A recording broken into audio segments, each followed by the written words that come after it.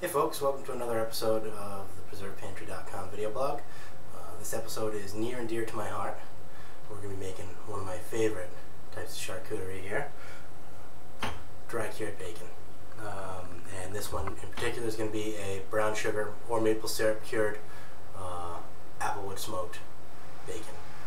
This is not the stuff that you buy in the grocery store in those yellow packages and you throw it in the pan and it shrinks down to half its size. It just kind of tastes like salt, and yeah, it's still bacon, it's still delicious, but it's a very different animal. It's absolutely fantastic, and you've never had bacon until you've had this stuff. So, first off, you're going to need some of your basic dry cure. If you don't know how to make this, just go into the recipe section on the PreservedPantry.com website, and there's a recipe. It's real simple. It's basically just sugar, salt, and pink salt. So you're going to need some of this, you're going to need some brown sugar, and you're going to need 3 to 5 pounds of good pork belly. You can see with this pork belly there's a good amount of fat down here and there's plenty of meat. Some of these even are even better, even more meat, like this one here. The more meat, the better it's going to be. The other thing too, you want to make sure you get it with the skin on. We're going to be taking the skin off after we're done curing it, but until then you want to make sure that you have the skin on it. A lot of places sell it without the skin, so make sure that you get the right stuff.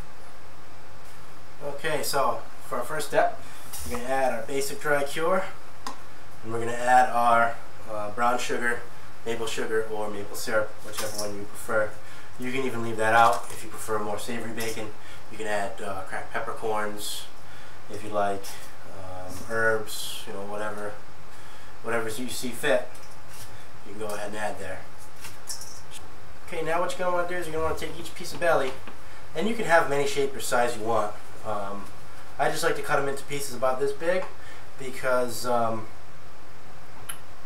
give them away as gifts to different people, and in fact this week make sure you sign up for my mailing list, because I'm going to be randomly giving out a pound of bacon and a pound of Canadian bacon to one lucky mailing list recipient. So make sure you get on there. So anyways, you're going to take your bacon, you're going to pat it dry, and then press it into this cure mixture. Get a nice even coating.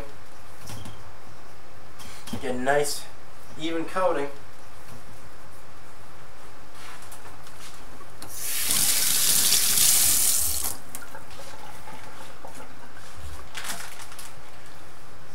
And go ahead and place it in a large Ziploc bag.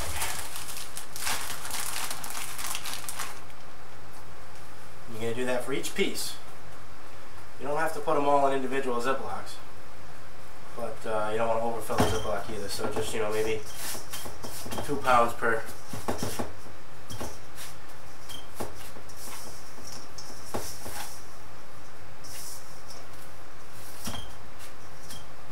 Okay, so now that I have all my bacon rubbed in my dry cure, I'm going to squeeze as much air out of the bags as I possibly can.